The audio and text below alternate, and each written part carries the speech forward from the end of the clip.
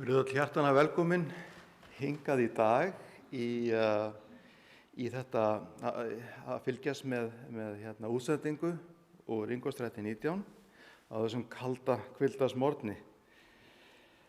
Þið sitjið heima en ég get staðfest að það er frost úti í dag. En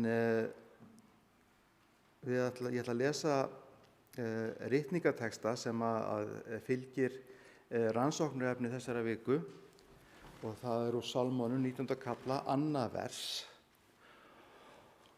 Og það er svona: Himnarnir segja frá Guðs dýrð, festingin kunngjörir verk hans handa. Við skulum byrja. Kæri himneski Faðir, við erum svo afar þakklát fyrir það að við getum komið saman, þó ekki efnislega í dag, heldur í huga að minnsta kosti, komið saman sem fjölskylda og rannsaka þitt orð, skipst á skoðunum og innsæi, velt fyrir okkur spurningum og ég bið nærveru þín hérna í dag að þú hjálpir okkur að auka skilning okkar og gefur okkur það við meintum hjálpa hvert öðru. Í Jesú nafni, amen.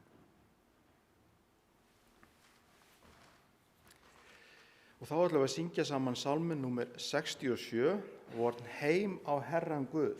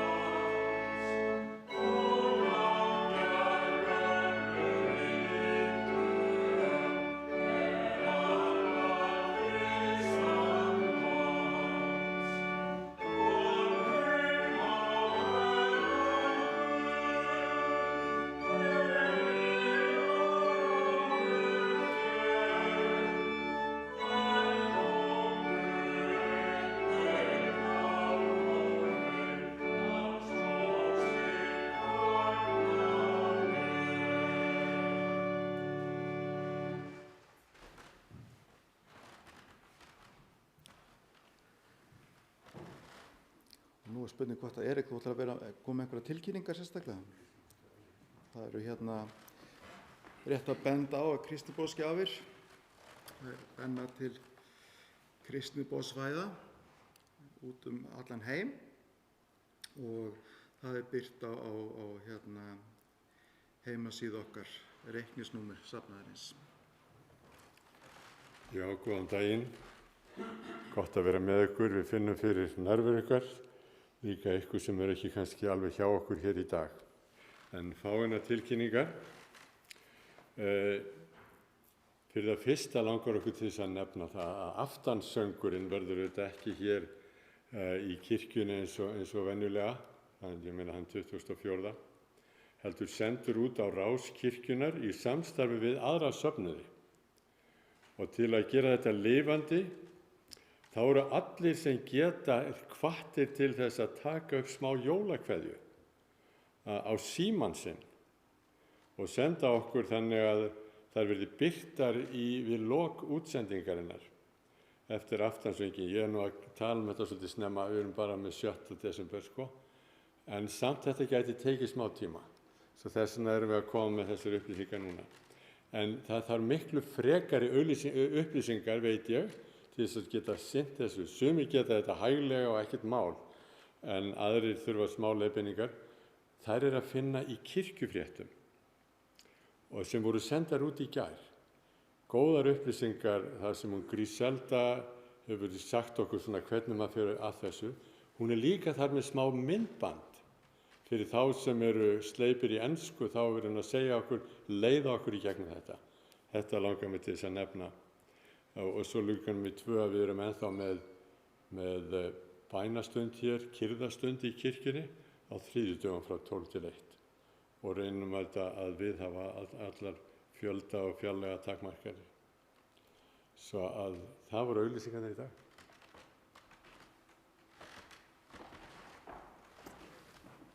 Þá ætlum við að fara yfir lexíu vikunnar.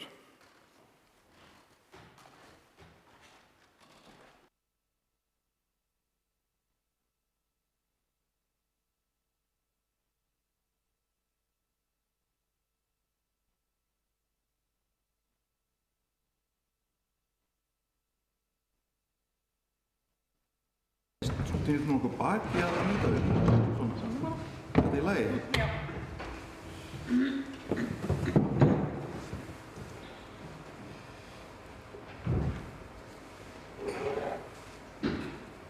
Jæja, kæru vinir, takk fyrir að vera hérna í dag.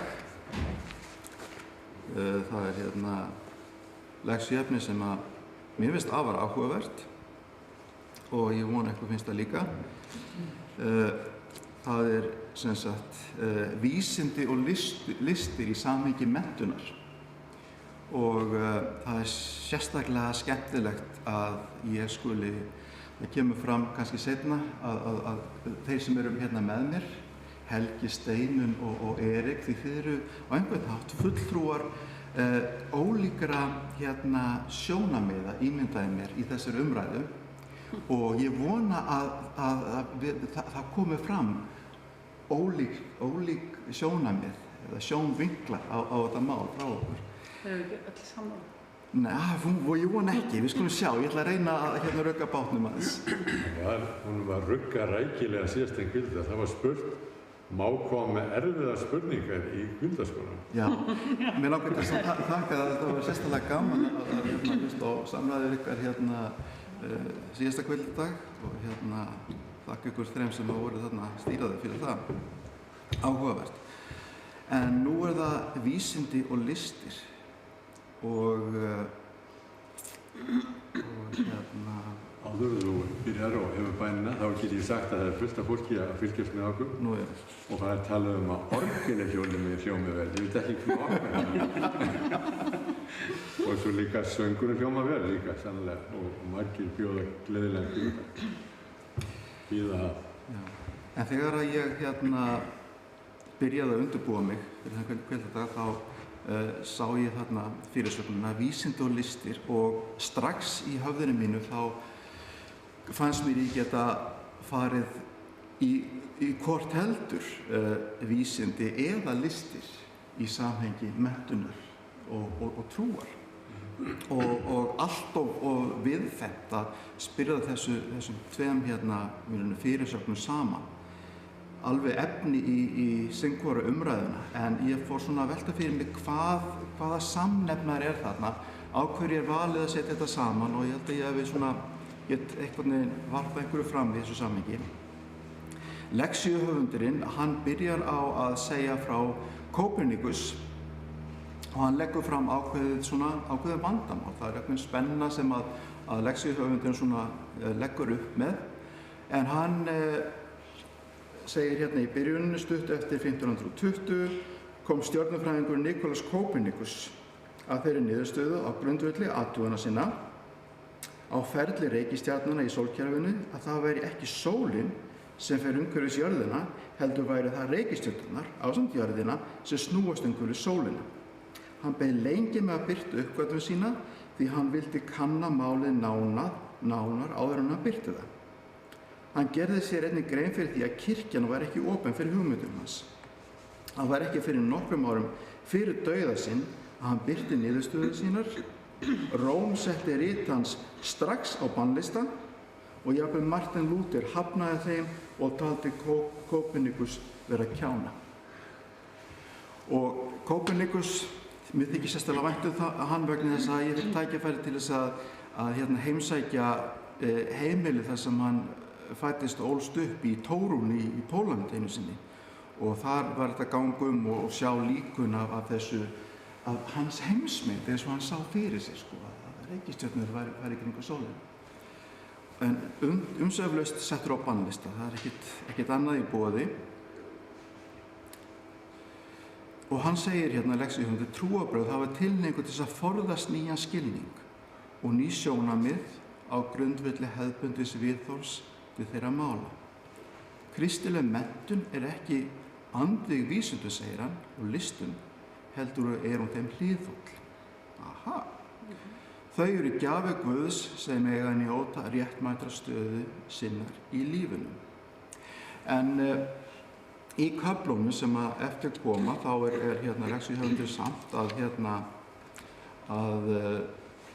fjalla svolítið þetta viðfangsefni út frá því að það ber að meðhöndla það sérstaklega varlega í menntastofnunum okkar.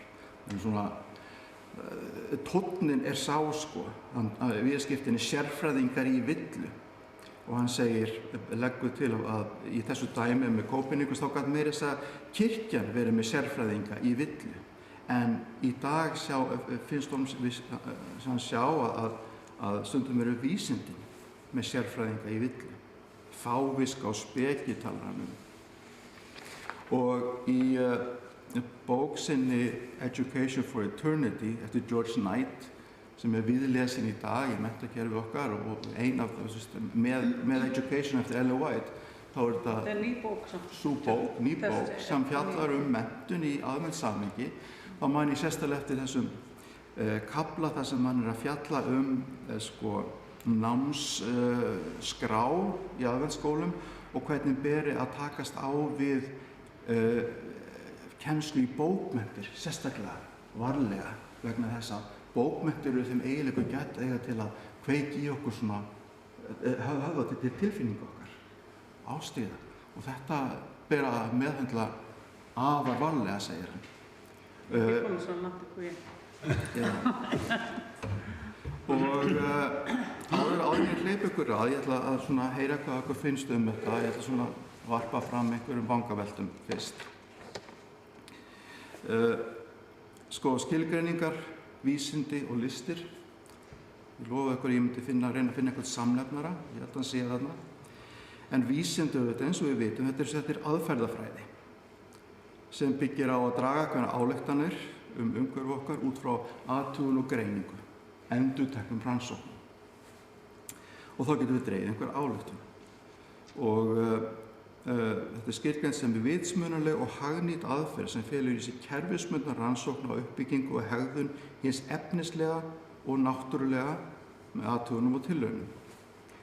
Og í kjarna vísindalegrar hugsanar er ákveðin efahyggja, það sjálfsögðu, vegna þess að það er engin vísindamaður sem kemst að niðurstöðu öðruvísi en hann vill langa stöðulega að prófa hana og reyna að afsanna hana. Þannig að í kjarna í kjarna þessara hugsunar er efahyggja. Og með listir, myndlist, tónlist, ritlist, byggingalist og svo framvegis, þá er í kjarna þess að leit eftir að tjá hver við erum í einhverju samhengi, sem einstaklingar eða sem samfélag. Og við erum bæði að segja hver við erum og líka kannski stundum að beina sjónum okkar að því hver við gætum orðið eða hvað við hefðum vilja að vera. Og list í eðli sínu persónuleg, hún einlæg og stundum er hún óþægileg og beinskeytt. Og ég er búinn að vera skosta að sækja nám í 2 háskóla sem eru reknir af aðventistum á kirkjunni, bæði Andrews háskólan og Walla Walla háskólan. Og það kemur ykkur ekki á óvart sem að sitja hérna með mér og hlustið á að hvað er einkenni háskóla okkar? Í miðju háskólalóðinni það er einhver hábygging þar sem guðfræðin er rannsökuð. Og svo eru þarna kennslu- og uppeldisfræðin, heilbrigðisvísindi og jafnvel viðskiptafræðin. Hún er svolítið, henni er gert hátt undir höfði í menntastofnunum aðventista. Hún þykir allt í lagi. En það er mín reynsla að vísindi og listir, það eru stundum fundnir staðir svona fjarri miðju, bæði efnislega og huglægt, minni deildir sem fer minna fyrir. Og þetta á við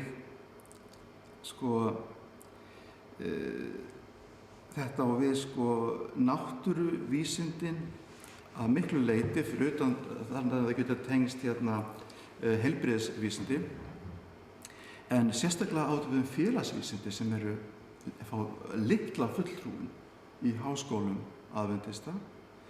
Og hvað listi snerti þá auðvitað getur einhver sagt, já, hvað með tónlistina sem í hávegum hjá okkur? Já, en hugsum aðeins meira þetta.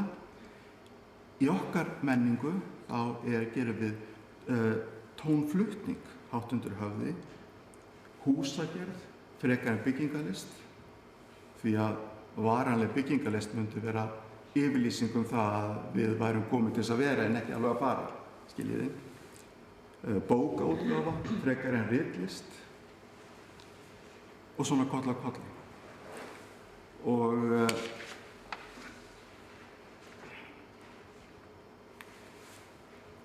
samnefnarinn held ég að sé að listsköpun, hún reynir að skilgreina upp á nýtt það sem að kannski þegar hefur verið skilgreint. Og vísindi leita að sannleika sem okkur finnst þegar vera fundin. Og þess vegna það að vísindi og listir eins og í fjallið með lexi, þetta svona olnbogabörn í menntakerfi aðventista. Og vísindi og listir, svo þær uppfylli eðlislegt hlutverk sitt, hljóta á einhvern hátt að áhuga núgildandi sannleika. Þau umbreyta heimsmynd okkar og færa okkur til einhvers aukins innsæis eða skilnings. Eitthvað umfram það sem við höfum í dag. Og kirkjan hefur gegnum aldirnar verið auðvitað brjóstvirki íhaldssamrar hugsunar. Og þá langar mig til þess að fjalla aðeins meir ykkur og heyri ykkur. Þið eru stórkostlegt að hafa ykkur 3 í dag. Fulltrúar guðfræðinnar, kannski bókstafstrúi, ég veit ekki, má ég segja það? Sjúkraþjálfari, vissu það ekki? Sjúkraþjálfari, allt í lagi, þetta passaði þetta. Kennslu og uppeldisfræði, menntastofnanirnar og Helgi sem fulltrúi heilbrigðisvísinda, en þó skemmtilega að ég get ekki annað en nefnt það að Helgi, þú ert geðlæknir og þannig fulltrúi þeirra greinar heilbrigðisvísinda sem trúmenn horfa mest á hornauga. Er það ekki rétt? Mátti ég segja? Já, sumir. Já. Ekki allir. Já, Sumir. passar ekki alveg inn í En hérna, og listnegður og trúaður og þið öll svona, og þess vegna finnst mér alveg stórkostlega skemmtilegt að hafa ykkur hérna og heyra hvað ykkur finnst. Til dæmis spurningu íhaldssemi og frjálslyndi spurning sem veltur upp. Kirkjan einhvern veginn hefur alltaf, eins og ég sagði ekki, þessu hlutverki að vera brjóstvirki íhaldssamra hugsanar, ákveðna kyrrstöðu. Íhaldssemi eitthvað sem hefur bjargað mannkyninu frá glötun gegnum aldirnar og við sjáum fyrir okkur frummanni sitjandi við varðeld einhvers staðar út í skógi, hann sér lauf í runna hreyfast og fyrsta sem hún dettur í hug að hérna eitthvað utanaðkomandi komið, best að henda spjótið eða grjótið í þetta. Hann verður ákveðna fordóma, hann gerir sig einhverja áætlanir það óþekkta, það sem að já, við vitum ekki En hann byggir það samt á því þekkta? Byggir það á því þekkta. Ef að þessi frummaður hefði aldrei notið frjálslyndis, þá væri hann ennþá við varðeldin, við værum ennþá við varðeldin, værum við ekki með snjallsíman okkar eða útsendingun okkar. Og þannig í umræðu samtíma menn að tala íhaldssamir og frjálslyndir, konservatífur og liberal, þetta eru svona stimplar sem mönnum eru gefnir. En það sem ég finnst áhugavert hversu þessi tveir eiginleikar þurfa á hvorum öðrum að halda og hvernig við getum verið íhaldssöm að einu leyti en frjálslynd og öðru leyti, sami einstaklingur á mismunandi tímum. Hvað finnst ykkur? Hvað dettur ykkur í hug í þessu samhengi? Manfreð eitthvað til þessu. Hann getur ekki það núna.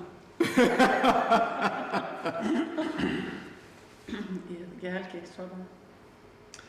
Þegar ég las leksíuna þá var ég ekki endilega að hugsa þetta íhaldssemi frjálslyndi. Ég heldur. Ég hugsaði þetta og þessi setning sem þú vitnaðir í þarna, fyrsti kaflinn þarna í það sem stendur trúarbrögð það var tilhneigingu til að forðast nýjan skilning og ný sjónarmið á grundvelli hefðbundins viðhorfs til þeirra mála. Já, en ég vil eiginlega taka þetta lengra. Ég vil eiginlega segja bara manneskjur hafa tilhneigingu til að forðast nýjan skilning og ný sjónarmið. Og við gerum það einfaldlega vegna þess að það er einfaldast að hafa þetta eins og við þekkjum þetta. Og ég held að það skipti ekki máli hvort þú ert íhaldssama eða konservatíva endanum, líberal endanum. Þú vilt hafa þetta eins og þú sér þetta. Og það þér alltaf erfitt að sjá sjónarmið annarra. Sama hvaða enda þú ert í. Þannig að ég held að það sé hluti af vandamálinu okkur. Að við erum svo og þetta er það líka persónubundið. Við erum misríkir. Sumir eru mjög stífir og fastir í einhverju. Þeir geta ómögulega séð neitt utan þann kassa. Og ég held að allar manneskjur falli innan þess. Þó að þú hafir ekki verið með eitthvað trúarlega deilur þegar Einstein kemur fram með sínar kenningar afstæði. Þá ruggaði hann bara hinum viðteknum kenningum vísindasamfélagsins. Og hann var ekki vinsæll. Það var ekki þannig að menn bara fórnu höndum og segja loksins. Það var ekkert svoleiðis. Var það ekki svolítið vegna þess að menn skildi ekki alveg hvað hann var að segja? Jú, það er örugglega alltaf þannig. Það fer yfir í skammtafræði og annað. Ég meina þá eru prestarnir ekkert með lengur. Þeir eru ekki að skipta sér aðeins. Eins og Kópernikus, það var svolítið auðveldar að hafa eitthvað á móti honum. En það er þetta er eins og þessi harðkóða í okkur því að við erum með hvít blóðkorn í líkamanum sem ráðast gegn því óþekkta. Aðskota hlut. Og það er bara alveg eins. Leið og koma breytingur og séu þetta alveg bara neyð í litla krakka sem ekkert að pæla í, bara í skólastofunni hjá mér. Ég ætla ekki að bara færa borðin til að það var alltaf ákveðin einstaklingur sem bara nei, ég vil sitja hér, ekki færa mig til. Bara breytingar raunverulegar. Við gerum ráð fyrir þessu kennarasnörðunni líka. Já, kennarar líka. En ég er talað þetta fer svo langt við. Og það eru jólahefðirnar, nú aðventar Það vilja fá sama meðlæti með jólamatnum alltaf. Og þess vegna er COVID svona erfitt. Af því að COVID ögrar hefðunum. Við getum ekki hist í sömu hópum sem við erum vön og það verður eitthvað skrítið. Og það er sko eðlilegt. Ég held að... Við langar til þess að koma að hérna smá, það er mikil umræða hérna á netinu, Manfred kemur með að segja hérna vísindaleg hugsun á að gera ráð fyrir að það séu 2 útkomur mögulegar. Það er ekki báðar geta ekki verið réttar. Hvað þá með guðfræði? Geta þeir sem læra guðfræði fara svo langt að vera opin fyrir því neikvæða, til dæmis að Guð sé ekki til, eða ekki eins og við trúum að hann eigi að vera. Þetta er auðvitað bara hérna anathema, algjörlega ómögulegt, eða hvað. En það er auðvitað sú kirkja sem og guðfræðingar sem árum sem trúa því ekki að Guð sé til. Guð er dauður. Og ég meina, þá erum við, hvar erum við þá? Í þessu sko... Páll hefði kannski spurt, hvar er vonin þá? Já. Mér finnst líka merkilegt að þú ert að fara yfir þetta með sko, aðeins skólan og það. En grunnurinn okkar og svona aðal tilvitnun, svo hérna vinsæls tilvitnun elmæl, er þessi með að við eigum að kenna börnunum, við eigum að leggja áherslu á það að kenna skapandi nýja hugsun. Já. Að þú ert ekki að kenna börnum að endur segja hugsanir annarra. Akkurat. Reflect other people's mind. Ég fann þetta ekki í dag, ég held ég hafi lesið það fyrir mánuði síðan. Í education. En þetta er gilt að lesa þetta bara aftur og aftur í hvert sinn sem við fjallum. Og það að þegar þú ert með þessa hugsun að það má ekkert breytast, það er alveg í andstöðu við þetta. Því að þú veist, hún segir ekki, og í rauninni það sem ég skil úr þessu, þú veist, ekki verið með hennar páfagauka lærdóm. Kenndu sko þetta að vera gagnrýnin, að koma upp með eitthvað nýtt. Ekki að hafa eigin skoðun, ekki að þú eigir að hugsa eins og einhver annar. Þannig að þarna leiðum við að segja, sko þá ekkert einhver einn að dóminera yfir þínum huga. Og þetta tengist frelsi og tengist svo mörgu, bara þessi litla setning. Við höfum frelsi til þess að hugsa, til þess að spyrja spurningar. Já, með íslensku kennara í menntaskóla sem að hérna skemmtilega kall. Hann sagði við eigum ekkert að vera að kenna allt það sem við erum að kenna. Við eigum bara að kenna stærðfræði, lestur og söng. Og svo getur bara fólk nálgast allt hitt. Og það getur bara reynd að hugsa fyrir sig. Við eigum ekkert að vera að mata fólk. Ég hugsaði bara mér frábært menntaskóla með svona ekki skemmtilegur styttri. En þetta er hérna, við erum svolítið mikið að setja fólk í kassa. Við erum það í áratugi. Og mata, við erum endalaust að mata. Svo ertu að tala líka vægi listar eða listgreina. Það er, eins og hérna á Íslandi, það er bara listgreinar alltaf að berjast bara í skólakerfinu. Af því að þetta kostar pening og þetta er alltaf ágangs. Það er alltaf verið að reyna, þegar það er að skera niður í skólakerfinu, þá er það eitt af því þar sem við byrjaði á. Að skera niður alla listgreinatíma, fækkum þeim. Þegar ég byrjaði að kenna tónlist, þá voru miklu fyrir tímar. Þeim hefur fækkað í stundaskrá, í viðmiðunarstundarskrá. Við þurftum að hafa Brynjar hérna með okkur, hann geti sagt okkur ýmislegt mikilvægi listgreina og handmennta til þess að þroska bara æðri hugsun. Þannig að ég segi að þetta er ekki bara inn í þetta er bara almennt og þarna hefur kannski fyrst og fremst með peninga að gera, þetta er dýrt. Nú liggur þér eitthvað hjarta þér. En það er hérna, en það eru þeir sem þora að augra og bara ótroðnar leiðir á slóðir sem hafa orðið til framfara og nýjar vittir. Manfred nefnir hvað með Marie Curie, Vasco da Gama og aðra sem fóru ótroðnar slóðir. Sem bara var ómögulegt að Vasco da Gama gera eitthvað sem enginn, eða bara þeir sem fóru til nýja heimsins, ég meina þeir voru að fara út af jörðinu, eða það er bara menn sem eru tilbúinir að brjótast í gegn. Það er þessir hugrakk. En samt þessar reglur sem hafa verið, nú til dæmis í listum, þá voru alveg reglur fyrir hvernig áttu að semja tónlist eða mála málverk. Það er bara svona að gera, þú fer í skóla og þú lærir svona til að gera þetta. En svo þetta núna seinni árum þá hafa allar þessar reglur horfið. þeim eru fjarlægðar, ég meina. Ekki alveg. Og menn að blanda saman alls konar geirum og alls konar reglum og... En þú getur ekki farið bara og selt málverk í galleríi nema á sérst með stimpilinn. Ok. Þú þarft að vera viðurkenndur listamaður. Já. Sko, eins og ég sagði í byrjun, sko, þetta er alveg umræður út af fyrir sig. Við höfum svo takmarkaðan tíma en það mætti ótrúlega spennandi að skoða bara í sögulegu samhengi þegar kirkjan hættir að stjórna listunum á endurreisna tímanum eða þú veist það gerist þarna þú veist á þessum öldum þegar að siðbótan á sér stað og fundu nýja heimsins að listamenn fara að skrifa með eigin nafn undir myndverkin sín. Það er einhver færsla sem verður þarna alveg. Sem betur fyrir, en alltaf á þessum tíma, fyrir þann tíma, það var kirkjan ekki bara trúarstofnun. Þetta var þeokrasía, vald, þetta var pólitískt vald sem réði öllu. Fólk fekk ekki að hafa hugsun, það fekk ekki að hugsa. Já. En mér langar til að tala um þessa efahyggju. Ég gerði smá leit í ritningunni í gær sko, til að finna einhver biblíuteksta sem væri svona prómótera efahyggju og fann enga. Heldur allar þást, ef efinn leitar að því þá færðu stuðning hér og þar. En í þessum greinum er ákveð innbyggt, held ég, einhver sjálfsögð efahyggja. Og mér finnst það svo áhugavert sko, að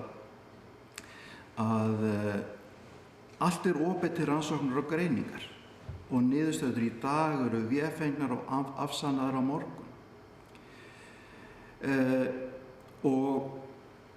En er gagnlegt að efast um allt og það kann að vera að það sé freistandi að segja já, við efast um allt. Timothy Leary sagði question everything á 7. áratugnum. Getur það ekki ítt undir kvíða? Kannski, en við lifum núna í tímum þar sem að við sjáum að efahyggjan er orðin búin að ganga svo langt að sumir virðast efast um allt sem er stutt vísindalega og hreinlega búa til sér eigin veruleika. Og ég veit ekki hversu, það er kannski svolítið flókið að vera að nefna mikið af dæmum því þau standa okkur kannski nærri einhverju leyti, en sko í dag finnst mér ég sjá meir en ég gerði fyrir 10-20 ára síðan. Þessi sjálfsagða, ég get bara búið til minn eigin raunveruleika og ég get talið eins og mér sýnist, ég get haft hlutina, ef ég endurtek það bara nógu oft, þá er það eins og ég vil hafa.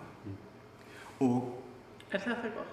Já, maður velti fyrir sér, sko, já, í ljósi trúar, sko, hversu mikil efahyggja er gagnleg efahyggja. Og hvað veldur því að sami einstaklingur, hann trúi statt og stöðugt að maður hafi dvalið í 2 sólarhringa í maganum á fiski, guðfræði. Bendur á mig. Já. Og fjöldi illra anda hafa fært sér úr manni í svínahjörð og fólk rís upp frá dauða, en efast á sama tíma, sami einstaklingur stórlega að jarðkúlan sé hnöttótt, að hnattræna hlýnun og að bólusetningar virki. Og skiljið hvað ég... Eða COVID sé til. Já, COVID sé til, sko. Og við lifum í heimi þar sem er það sjálfsagðar að fólk skilgreini sinn eigin sannleika og þú veist, ég ætla ekki að meta, ég ætla ekki að setja eitthvað svona gildi á eina hugsun fyrir eitthvað en aðra. Þetta gerir mig forvitinn á tíma samfélagsmiðla og þar sem að svona stofnanir eru dregnar í efa, að það er alls konar hugmyndir sem við okkur hættum þess að kalla samsæriskenningar, svolítið niðrandi, en aftur við skulum ekki tala niðrandi, en alls konar hugmyndir ná fjölda fólks og þems eins og þau með bólusetningu og hómeopati, smáskammtalækningar. Tvennt sem einhvern veginn er svona, hefur eitthvað í ætt við hvort annað, annars vegar eitthvað sem er vel hægt að benda á sögulegan árangur og prófa aftur og aftur og sýna fram á virkni, annars vegar eitthvað sem er algjörlega ósannanlegt, en fólk er spennt fyrir. Ég vil eiginlega ganga lengra og segja að það hafi verið sýnt fram á að virki ekki. Já, talaðu við mig, vil ég tala við mig þetta? Nei, ég veit það ekki. Hvað er í manninu, hvað er eiginleikar í manninu? Ég held að þetta, að því þú spyrir svona bara beint út, af hverju getur einhver einn einstaklingur trúað á sko, eitthvað sem virðist fjarstæðukennt og hafnað einhverju sem virðist hafa verið sýnt fram á. Ég held að þetta fari bara einfallega eftir hvernig þú umgengst og hvað þú hlustar á og hvað þú lest. Ég held að sé ekkert mikið flóknara. Ef þú ert í einhverjum kreðsum þar sem þetta er bara viðtekin staðreynd, þá ert þú ekkert að mæla gegn því og það er alls konar rök fyrir því að þetta ætti að vera staðreynd. En ef þú opnar gluggana eins og ferð að skoða meira, þá gæti það mögulega rugga þeim bát. Við erum kannski ekkert rosalega duglega við það. Það er ekkert, annarkvort les fólk Guardian eða það hlustar á Fox. Það er ekkert endilega að hlusta á allt saman. Og þú færð, það er valið ofan í þig, og kannski er það þess vegna sem að þú segir, við sjáum meira af þessu núna síðastliðin 10-20 ára. Kannski er það því að algoritmar samfélagsmiðlana eru að velja mikið meira ofan í okkur og við sjáum ekki allt það sem hinir sjá. Án þess að það sé, ég ætla ekki að segja þessi samsæriskenning að það sé svoleiðis, ég held að þetta sé bara afleiðing sem menn hafi ekki átt að segja að myndi gerast. María, ég myndi að það sé fræði Guð, það er Guðfræði, er í mínum huga ekki það sama á trú á Guð. Og mér finnst þetta svolítið merkilega koma inn að þetta með trúna. Leið og hefur trú. Hvað er trú? Er það eitthvað sem þú veist og getur sannað eða er það eitthvað sem þú bara trúir og hefur traust á? Hebreabréfinu þá er þetta bara eitthvað sem það er ekki hægt að sanna tilvist Guðs. Menn hafa farið út í það í heimspekjum í 100 ára að reyna að koma með einhverja sönnun fyrir tilvist Guðs. Og það virðist allt vera eins og 10 leaking buckets. Það er alltaf að setja eina fötu undir aftur af því að það er aldrei hægt að finna algjört svar við því. Svo það er og verður trú. Hvar er það í vísindalegum heimi? Er pláss fyrir svoleiðis viðhorf að trúa því að Guð sé til yfir höfuð? Og ég held líka að sé ímyndun að halda að við getum bara byrjað á grunni að svona tabula rasa, það er alveg tómt og svo byrjum við bara að tína inn hluti, sannanir eða vísbendingar fyrir eitthvað og svo byggjum við upp okkar sannleika. Líklegast er það ekki hægt. Kannski erum við allir lituð alveg frá upphafi, einhvern veginn. Það er eitthvað sem er okkar svona a priori sem við höfum sem kemur til með að hafa áhrif á útkomuna. Svo við erum ekki svo vísindalega þenkjandi eins og við kannski vildum vera. Það þarf líka að trúa að samtælast það að allt hafi bara orðið til af engu eða neinn bara óvart. Það verður heldur ekki almennilega hægt að sanna, það verður hægt að sanna almennilega hvernig heiminum var til. Það er kenningar það að það verður ekki alveg hægt að sanna. Ég held að vísindin séu almennt ekkert mikið að glíma við þá spurningu hvort Guð sé til eða ekki. Vísindin eru bara að glíma við allt aðra hluti. Já. Og yfirleitt eru vísindi í dag orðin þau eru mjög einskorðuð við sérsvið. Þú ert bara inn á þínu sérsviði og þú glímir við einhverja spurningar þar. Og ég held að vísindamenn sjálfir þeir myndu aldrei taka jafn djúpt í árinni með staðreyndir eins og kannski þeir sem að lesa vísindi. Vegna þess að þeir gera sér fyllilega grein fyrir fallvartleika niðurstaðna, túlkunum sem alltaf eiga sér stað þegar verið er að lesa niðurstöður og svo bara hvernig bæði túlkun á niðurstöðunum sjálfum og svo túlkun á öllu heila draslinu. Þannig ég held að, og við erum endalaust að sjá líka að kenningar eru hraktar. Það standa í einhver x mörg ár og svo eru þau bara ekki lengur. Og það er hverju einasta ári eru gefnar út nýjar bækur til dæmis í lífeðlisfræði mannsins. Vegna þess að það er alltaf eitthvað nýtt. Og það er eitthvað nýtt tekið út og það er eitthvað annars sett inn í staðinn. Vegna þess að þekkingunni fleytir fram. Og í 20 ár var grein eftir því við talaðum bólusetningar, eftir Andrew Wakefield sem staðfesti skaðsemi bólusetninga sem var svo bara dregin til baka. Það gerist ekki oft að greinir eru dregnar tilbaka. En þessi var bara röng að því hún var lygi frá upphaf til enda. Þannig að það var ekki bara, röng niðurstaða, hún var bara fabuleg. En þannig að það þarf alltaf að fara gætilega í túlkun allra niðurstaðna. Og ég held að vísindin sem slík séu fyllilega meðvituð akkúrat þetta. Ég var að ræða þetta konum mín yfir morgunverðarborðið sko, að lexíuhöfundurinn hann svolítið að segja að vandamál vísinda það að þau gefa okkur enga merkingu, þau skilja okkur eftir lausu lofti. En það að þessi gagnrýni að halda að vísindum sé ætlar að gefa okkur innihaldið merkingu. Þetta svolítið eins að kaupa sér bíl til þess að færa í siglingu. Þetta ekki rétt að verkfærið í það, skiljum. Mér finnst þetta, ég sé bara ekki vandamál. Já, þess vegna svo gaman að vera með Steinunni hérna, því hún fulltrúi þess sem að sér ekki vandamál við. Nei, ég sé ekki vandamáli við það að, bara fyrir mig að lesa og kenna, þegar maður kennir einhverjum eitthvað, það lærir maður svo svaklega mikið. Og mér finnst bara því meira sem að ég að kenna náttúrufræði, því meira sé ég eitthvað guður ótrúlega flottur. Þetta bara passar saman. Að allt þetta, mér finnst bara það að lesa, bara náttúrufræði, allt hvað sem það líkaminn eða umhverfið eða hvað sjórinn eða hvað sem það að þá, hvað allt saman fullkomið. Og fyrir mig þá þetta bara, það eitthvað hugsun þarna á bakvið og það hlýtur að vera Guð, hver annar á að vera. Þetta ekki eitthvað sem að, þetta allt svo fullkomið og þess vegna, en okkar hugur svo ófullkominn, þess að við vitum þetta ekki allt. Og maður verður svolítið bara svona, vá, þegar maður fyrir að skoða þetta. Og mér finnst ég bara verða svo pínu lítil þegar ég fyrir eitthvað að skoða. Við vorum að spá í hafinu og við þekkjum bara einhver 5% af þetta hafin. Það verður ekki verið rannsakað.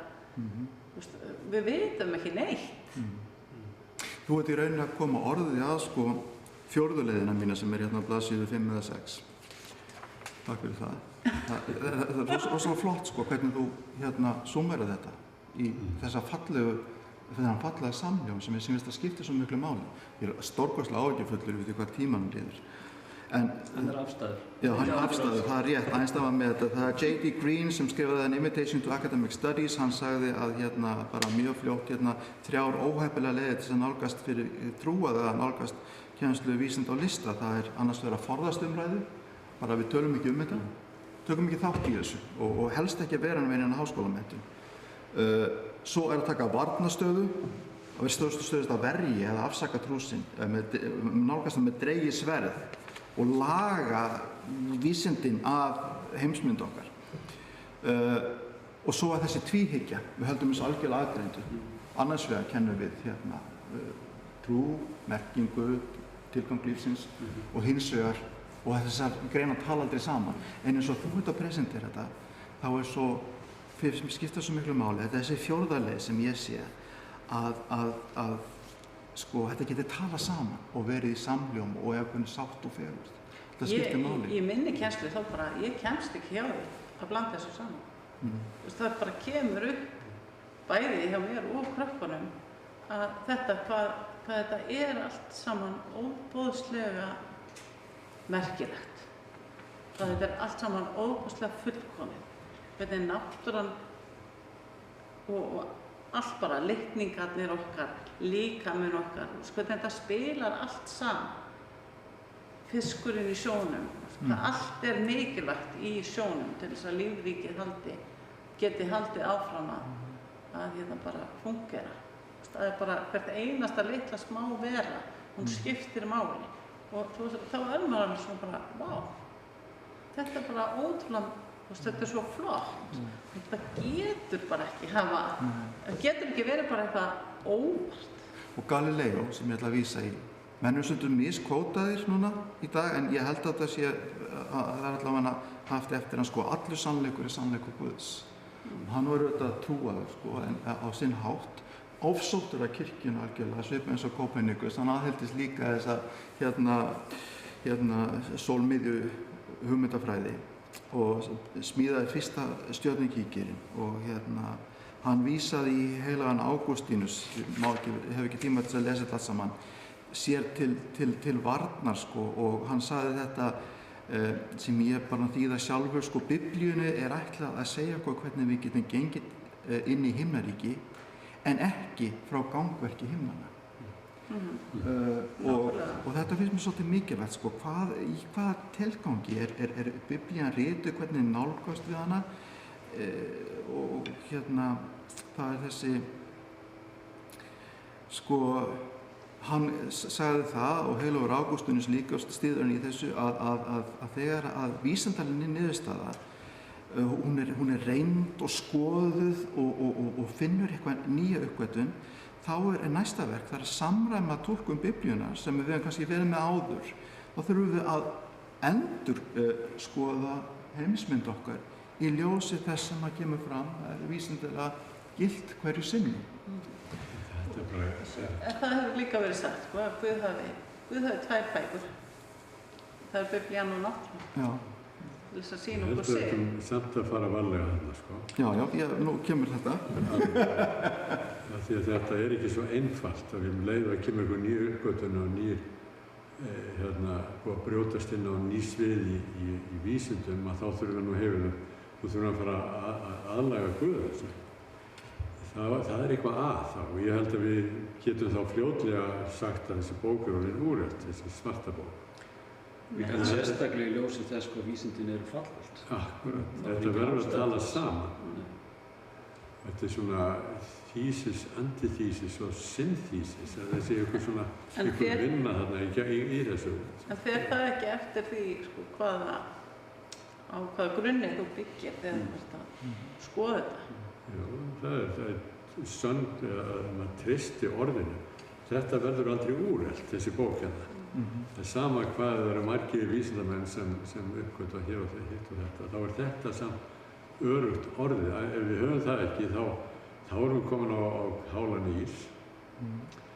Ég vil vera það á þessum hála ís. Það getur vel verið okkar. Ég held að þetta bara farið saman. Það getur vel verið okkar guðsmynd hafi verið allt lítil og negld niður í einhverjum trúarkenningum sem við höfum smíðað, sem við þurfum að passa okkur að ekki smíða. Taka þess að hugsa þennan litla Guð sko, menn hafa sagt þetta á ensku God of the gaps, sko, að Guð útskýrir það sem við vitum ekki, sem er ofsalega ræfilslega og lítill ómerkilegur Guð, sem er síminkandi, að allt sem við skiljum ekki, allt lengra heldur en stjörnukíkir okkar eða smásjár okkar, já það er svæði Guðs, þess að við vitum ekki. Og þetta er aum sýn á Guði, að hann eigi bara heima í því sem okkur finnst óþekkt. Afkíman í þessu ennþá skuggi. Guð er það sem við tölum og hefum gefið nafn þegar við erum að tala innihald og merkingu. Hvers vegna? Þetta er stórkostlegt, þetta gerir Guð finnst mér máttugan og stórkostlega. En erum við ekki bara þess að það er ekki verið að tala til, við erum bara hræddu við því óþekkta. Við erum hræddu við allt sem er nýtt líka. En þegar við förum tilbaka í education, bókina eftir þá tala hún það að fyrstu 10 skólaár barnsins, þá er kennslubókin að vera náttúran. Ég held að við sem kristnir, sem söfnuðu, við erum alltaf mikið í vörn. Okkur finnst við alltaf vera að ráðast að okkur og við komum alltaf með þau orð fram í að það þarf mikla trú til þess að trúa þróunarkenningunni. Og það er alveg örugt, en það er kannski ekki það sem málið. Ég held að við séum á mikið í vörn. Ég held að það sé vel hægt að vera vísindamaður í fremstu röð og samt trú á tilvist Guðs. Ég held að það sé ekkert ómögulegt, en það er margsannað að það er vel hægt. Mér langar til þess að rétt aðeins fá að klára á Jóbsbók, ef ég hef örfáar mínútur. Það er þetta fordæmi sem ég finnst koma þarna fram, sem við getum ekki litið fram í þessu samhengi. Stórkostlegt að eftir að Job hefur lokið sína harmræðu og fengið svör frá vinum sínum, mennsku, þessi þrír þarna, og svo kemur Elíhú með einhverja kafla af sínum svörum. Þá í 38. kafla Jóbsbókar, þá kemur drottinn Guð og svarar. Og hann svarar í tómum ráðgátum, 73 vísum af ráðgátum. Og hann segir, girtu því lenda þínar eins og manni sæmi, nú ætla ég að tala við þig. Hvar varst þú þegar ég grundvallaði jörðina og segðu mig hvað þú skilur? Og svo kemur bara eitthvað, já, eins og ég segi, ráðgátur. Ég hef ekki tíma til að lesa þetta allt saman, en þetta er magnað. Og Guð kemur hérna inn og beinlega svarar engum spurningum Jóbs. En einhvern veginn, hann svarar í gátum, en einhvern veginn fær Jób meiri huggun og meiri samhljóm af þessu. Gátur Guðs eru ánægjulegri en lausnir mannsins. Og þetta er magnað, mér finnst það ofsalega fallegt. Getum eiginlega ekki tala um þetta öðruvísi en að nefna þetta. Guð er eiginlega bara bendunum á, þú veist í rauninni ekki neitt. Já, takmarkaður. Já, það er það sem er, við vitum ekki neitt. Og þegar við förum að skoða, þá þukkum við það hvað við vitum rosalega lítið. Og það er kannski það sem við endum, annarkvort trúir mér, þú treystir mér, eða þú sleppir því. Og Guð þráir ekkert heitar en samband og samfélag við okkur. Og annarkvort, þá ertu með mér og þú bara treystir mér þó þú skilur ekki allt. Eða við bara sleppum.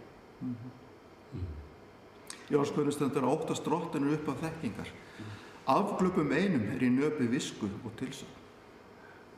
Þannig að ef við erum of sjálfsörug og föst í okkar og óhreyfanleg.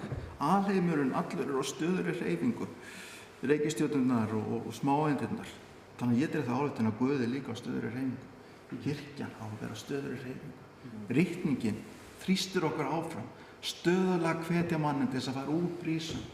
Og þess vegna er talað um það að menntun eigi að hafa endurleysandi eiginleika. Redemptive. Í samhengi við þetta þá verðum við að nefna það að okkar eigin Eiríkur Ingvarsson skrifaði grein og kom inn í þekkt rit sem heitir Spektrum. Það sem hann einmitt talar innovation eða nýja hugsun. Skemmtilegt. Ég ætla bara, við þurfum að klára núna að taka smá hlé. Ég þakka ykkur kærlega fyrir að koma hérna og tala við mig um þetta stórkostlega skemmtilega mál. Við hefðum getað verið þetta lengur. Ég er með meira pappír, ég er með nógan pappír. Þetta er svo vel undir búinni. En mér langar til þess að bara enda á að segja að þessa skoðun mína, að heimsmynd, og því við ættum að taka þetta persónulega til okkar sjálfs. Heimsmynd sem er ekki nægilega sterk til þess að þola efa og rýni og erfiða spurningar. Hún er bara reynilega ekki heimsmynd sem er þess virði að halda til haga. Ok. Þetta er búin. Takk fyrir í dag.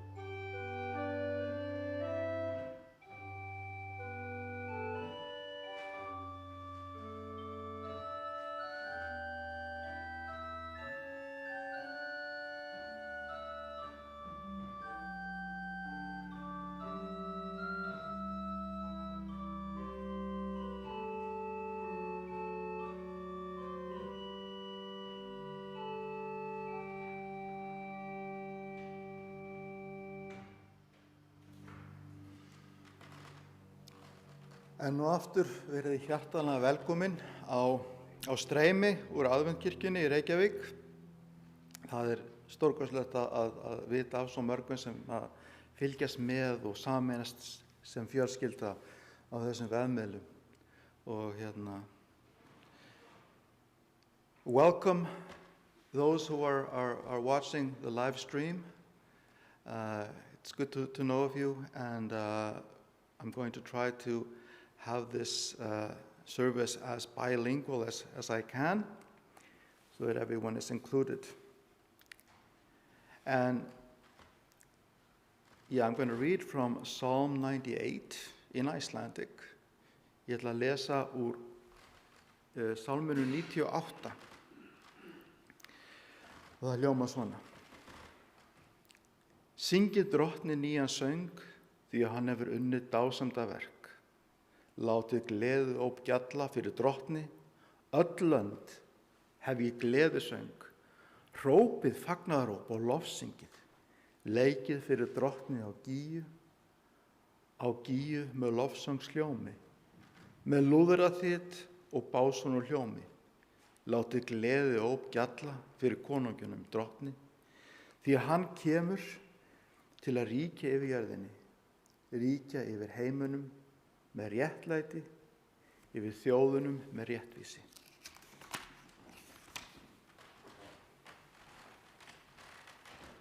Við skulum lúta höfði. Já, himneski Faðir, við komum fram fyrir augliti þitt hér í dag. Á þessum tímum, sem við köllum aðventu, þar sem við erum að hugsa fram til jólana og þessi viðburðar sem þau minna okkur á, að þú einmitt vilt koma til þessara jarðar. Þú kom sem barn og þú munt koma aftur og þú munt vilja ríkja með réttlæti yfir þjóðunum. Gef okkur réttlæti, gef okkur nýja framtíð. Já, drottin, við lofum þig fyrir það að við getum komið saman og minnst á þessa hluti, minnst þessara hluta. Blessaðu þessa stund með þinni nærveru fyrir heilagan anda. Við biðjum í Jesú nafni. Amen.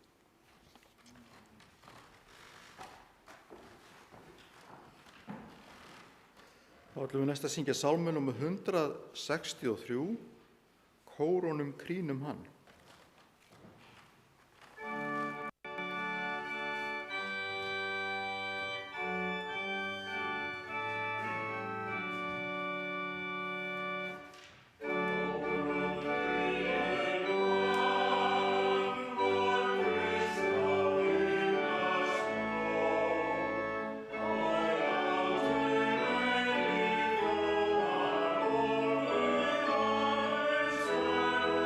Oh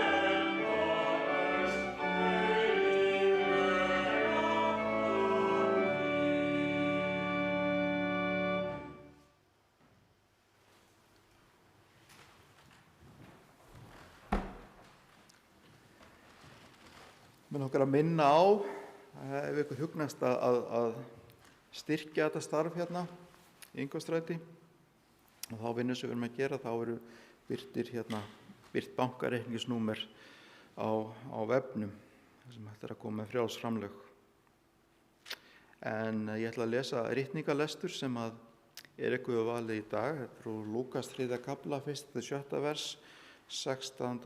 og 18. vers. I'm going to read from Luke chapter 3, verses 1-6 and verse 16 and 18.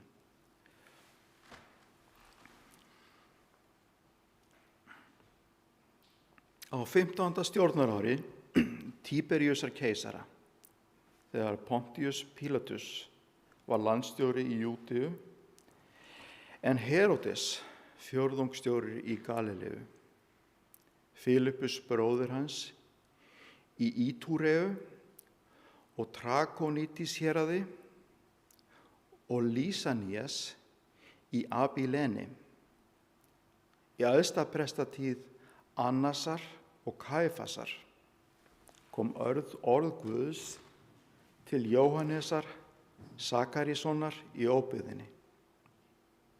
Og hann fór alla Jórdanbyggð og boðaði mönnum að taka sinnaskiptum og láta skýrast til fyrirgefningar synda, eins og ritað í bók Jesaja spámanns.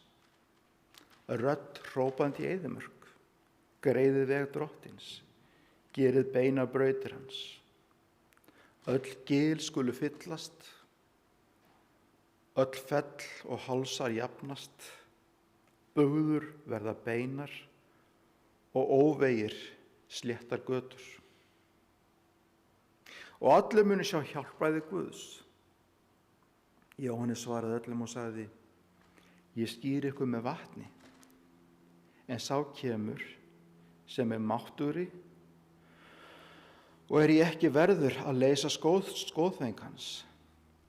Hann mun skýra ykkur með heilugum anda og eldi.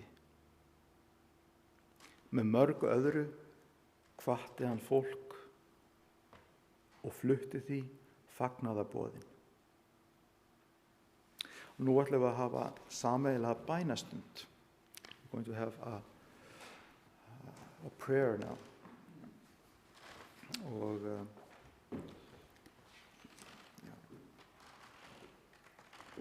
ég ætla að byrja og svo ætlar Helgi að byrja og Eirík að ljúka. Kæri himneski Faðir, í dag langar mig til þess að biðja fyrir valdhöfum og stjórnvöldum, þeir sem stjórna í samfélagi okkar, þeir sem að bera ábyrgð. Og mig langar til þess að biðja fyrir stofnunum samfélagsins sem eru okkur svo mikilvægar og eru æ meira gagnrýndir í dag. Dómstólar, skólar, uppalendar og umönnunaraðilar. Gefðu það að þessar mikilvægu stofnunum megi að viðhalda sínu hugmyndafræðilega sjálfstæði og taka ákvæðanir í visku og upplýstar ákvæðanir. Megi horfa til þín, horfa eftir því sem að gefur tilveru okkar merkingu og innihald, og að þú verður með okkur í samfélaginu sem samfélagsþegnar í öllu því sem við gerum. Amen.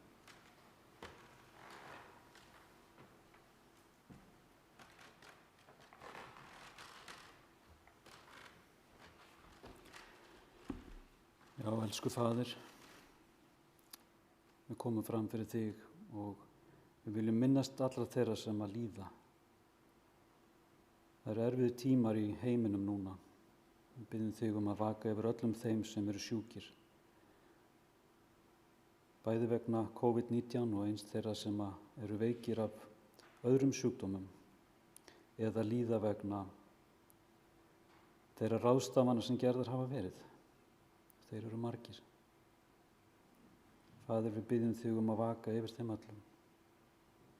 Við biðjum þig að leyfa þeim að finna fyrir nærveru þinni. Biðjum þig að vera með öllum ástvinum, þeirra sem að líða og geta ekki verið með þeim. Veittu þeim styrk. Við biðjum þig að vaka yfir þeim sem að sinna þeim og hlúa á sjúkrahúsum og hjúkrunarheimilum eða öðrum heilbrigðisstofnunum. Gefðu því fólki styrk til að halda áfram því góða starfi sem það sinnir. Vertu með öllum þeim sem þurfa að taka erfiðar ákvarðanir við þessar aðstæður. Við biðjum fyrir þeim sem eru einir heima, eru einmana, eru kvíðnir. Vertu þeim nálægur og gefðu þeim uppörvun og styrk í þeirra aðstæðum. Við biðjum í Jesú nafni. Amen. Já, Drottinn, ég vil einnig fá að koma fram fyrir þig til þess að lofa þig og þakka þér fyrir það, Jesús, að þú komst til þessara jarðar, til þess að sýna kærleika Guðs og líka til þess að gefa þitt eigið líf okkar vegna. Þú þjónaðir, Jesús, þú sem ert Guð, þú sem ert skapari alheims, þú komst hér sem maður til þess að þjóna og ganga meðal fólks til þess að sýna kærleika og umburðarlyndi og Drottinn, við þráum að fá að feta í þín fótspor.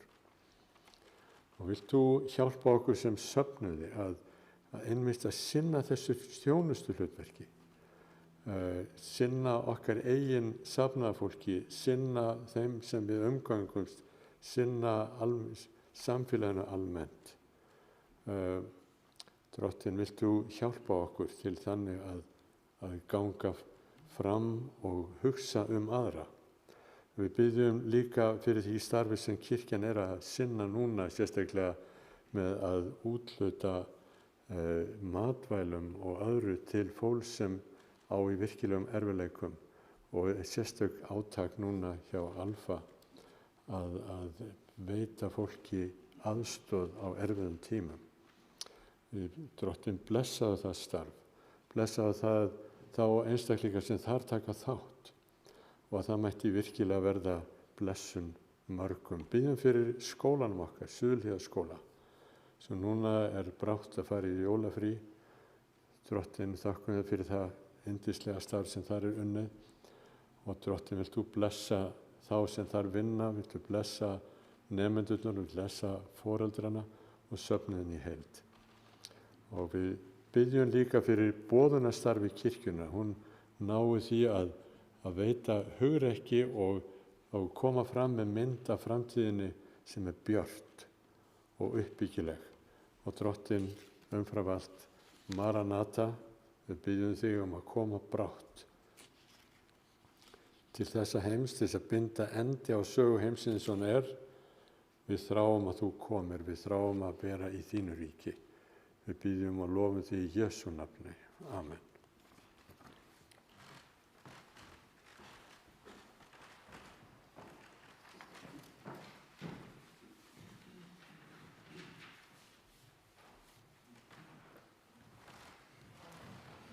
Og nú ætlum við að syngja eitt barnasálm, það ekki rétt, eins og lofsöngslag. Amen.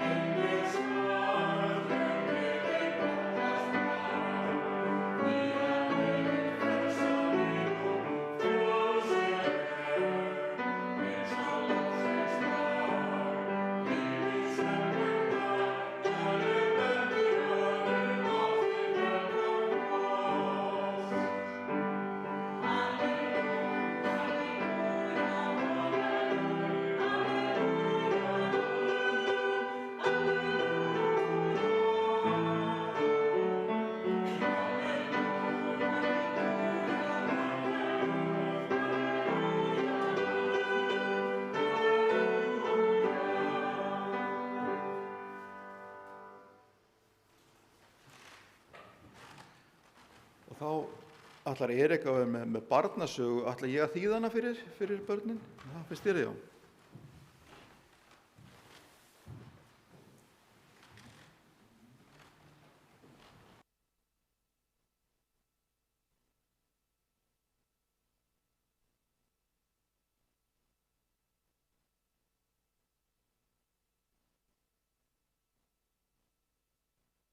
Hæ krakkar, fullt af krakkum að fylgja oss.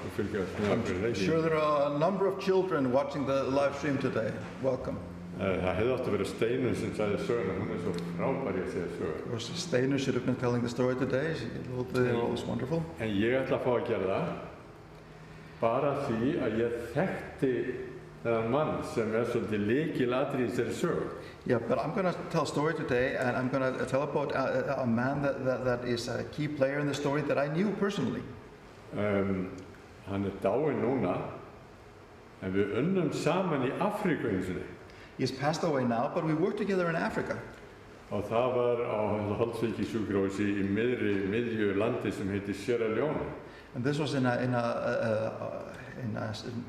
hospital for leprosy patients in Sierra Leone. Og þetta svolítið merkileg saga bænasvar. Það oft þannig sögur sem við segjum. Yeah. This is one more story about prayers being answered. En þannig var að þessi maður sem hétur Roland Kaysen og var yfirlæknir á sjúkrahúsinu. Yeah, this was the Roland Kaysen, who was the medical director at this hospital. Hann sá að þarna voru komin í sjúklingar sem þurftu alveg sérstakt lyf, sérstakt fúkalyf. Yeah, he saw that there were patients there who needed a special antibiotic medicine. Og það var ekki til í landinu, það hefði þetta pantað þetta annars staðar frá. And it wasn't available in this country, he needed to order it from abroad. Ég ímynda mér að það hefði verið pantað frá Líberíu sem næsta land fyrir sunnan Sierra Leone. And I'm going to expect that it was ordered from Liberia. Af því að Líbería hafði svolítið gott samband við Ameríku, svo það var auðveldara að fá góð lyf. Yeah, there was a trade connection between Liberia and the United States, so it was more easy to get medicine from there. Og hann býður, og það er bara mikilvægt að fá þessi lyf sem fyrst, og hann býður og endanum koma lyfin. And he orders the medicine, we wait, and finally they arrive. En viti menn, þegar hann skoðar lyfin, þá séur hann að þetta röng lyf, þetta ekki rétt lyf sem þetta fá. And do you know, when he received the sending of medicine and opened the packaging, he found that this was the wrong medicine. En mjög dýr fúkalyf. Very expensive antibiotics. En bara ekki það sem hann þurfti á að halda á, svo hann bara sér, hvað á ég að gera? But definitely not what he needed. So he thought, what should I do? Ef við bara býðum, lætum svona lyf standa og býða lengi, þá bara verða þau þannig að það ekki að nota það lengur. Svo það er bara mikilvægt að reyna að nýta þessi lyf, en hann gat ekki nota þau. Yeah. This medicine has a certain shelf life. It can't be stored indefinitely. But he didn't need them. What to do with the medicine? Svo hann sagði, býttu við, kannski einhverju aðri hér í landinu sem þurfa á þessum lyfum að halda, svo ég sem að fara og hitta fólk sem ég þekki á öðru sjúkrahúsi. Yeah, let's see, maybe someone else in this country needs this type of medicine, so I'll meet my colleagues in another institution. En það fleiri hundru kilometra burtu. Many 100 kilometers away. Og veginn ekkert sérstakir í Sierra Leone. And the roads are not very good in Sierra Leone. En það var hérna augnklínik eða staður sjúkrahús sem vann sérstaklega með augnaðgerðir. There was a clinic dealing specially with eye ailments. Bæri hét Lunsar. The town was called Lunsar. Lunsar Eye Clinic. Við vissum vel þessa stofnun. The Lunsar Eye Clinic. Svo Roland Kaysen sest í sin litla bíl og svo fer hann og keyrir hérna til Lunsar og bankar upp á þær hjá fólki. So Lunsar gets into his car and drives to Lunsar and meets the people there. Og hann talar við yfirlæknin á Lunsar Eye Clinic og segir, heyrðu, ég hérna með eitthvað svolítið sérstakt, en ég hérna með svolítið sem ég mögulega geti notað. He speaks to the medical director over there and says, well, I have something very specific here, very specialized, but maybe you can use it. Kannski ekki, ég meina kannski ólíklegt en ég ætla samt að prófa. Maybe not, but let's see. Og svo að Róland segir, ég með þetta sérstaklega lyf og yfirlæknir hann bara segir, hvað segirðu? And the medical director over there said, what do you say? You have this specific... Segðu mér, hvaða lyf ertu með, segir? What do you have? Og Róland segir, já, bara þetta, ég man ekki nafnið á lyfinu. I don't remember the name, but he names it. Og hann bara sest niður þessi læknir og segir, ég trúi þér ekki. And this doctor, this medical director, he just needed to sit down and say... Við erum búin að vera í rosalegri þörf fyrir nákvæmlega þetta lyf. I can't believe it. We have been in desperate need for specifically this medicine. Svo mikið að við allt starfsfólki hérna hefur komið saman á bænastund bara fyrir að biðja fyrir því að það ekkert að fá þetta lyf neðstæði.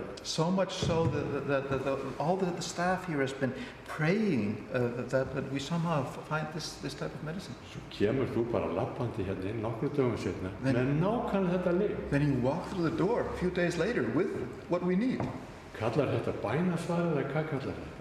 What do we call this? Is this Svo Keisinn var alveg furðulostinn en mjög glaður yfir þessu öllu saman. So they were extremely overjoyed with this. Hver allir hafi verið glaðastur?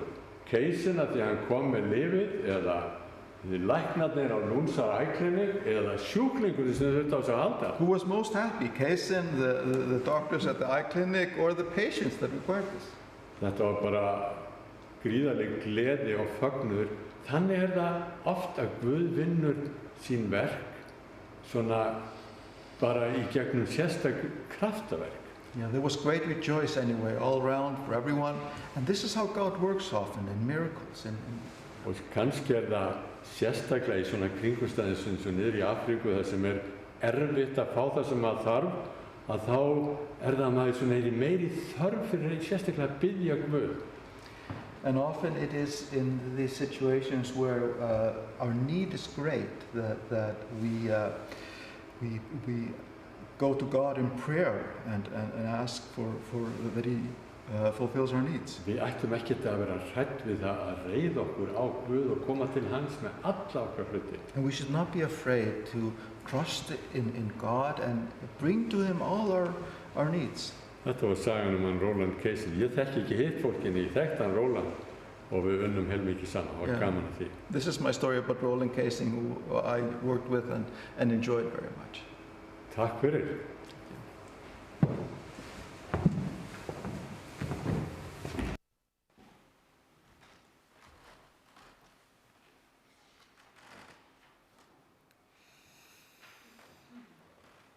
Þá ætlum við að syngja sálm næst sem heitir Come Thou Long Expected Jesus. Jesus,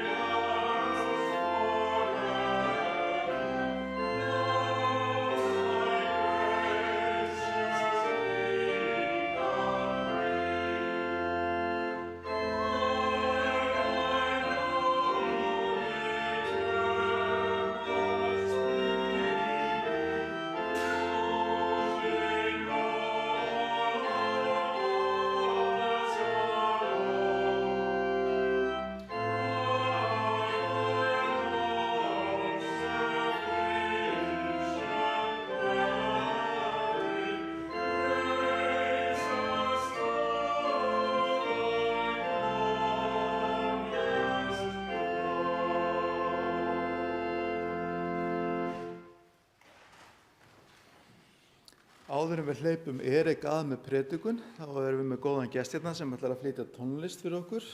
Stevenson from St. Martin, welcome to church this morning, and you're going to give us some special music. Thank you very much.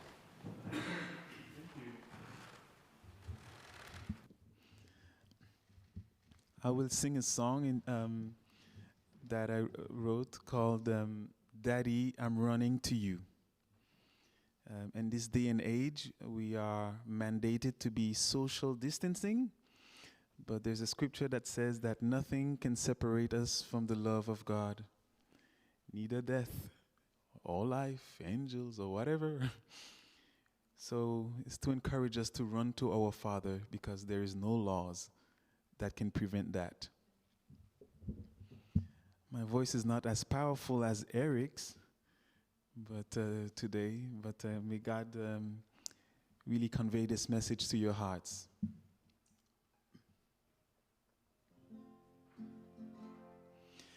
Father of my life, source of my delight, in your presence all in me comes alive.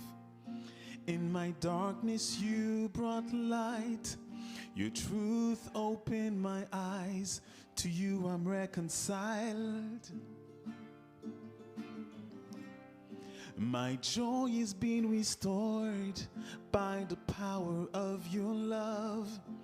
Increasing pleasure fills my soul in you more and more. The tears that never dry, springs of a grateful child who found his paradise. Daddy, I'm running to you. The cry of my heart is to be with you. I'm running to you. It's all I long to do.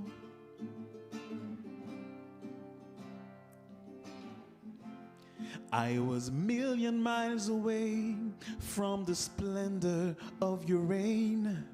I ran to you, but you surprised me on the way. The God-sized void in me was in search of eternity. Finding you made me complete. Daddy, Daddy, I'm running to you. The cry of my heart is to be with you. I'm running to you. It's all I long to do.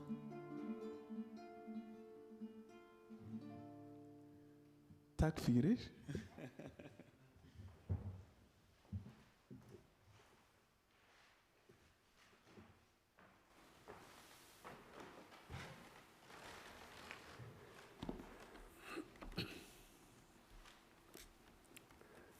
Takk, Stevenson, frábært. Og þetta var sko ekki með miklum undirbúningi. En hann klár strákur, Stevenson. Takk innlega fyrir fallegan boðskap líka, sem á einmitt mjög vel við. Thank you so much. And you didn't have much time to prepare, but you found something that fits exactly. Thank you so much. Það margoft haft á orði þessa dagana hvaða margt sem hefur breyst í heiminum út af þessum faraldri sem nú geisar. Yeah, it's often today that we state that we see how many things have changed in our environment in these times of epidemic. Og nú stendur til að við ætlum að halda jól, ólík jólum sem við hefum kannski nokkuð tímann upplifað. And now we are going to celebrate Christmas unlike any other Christmas we have celebrated before.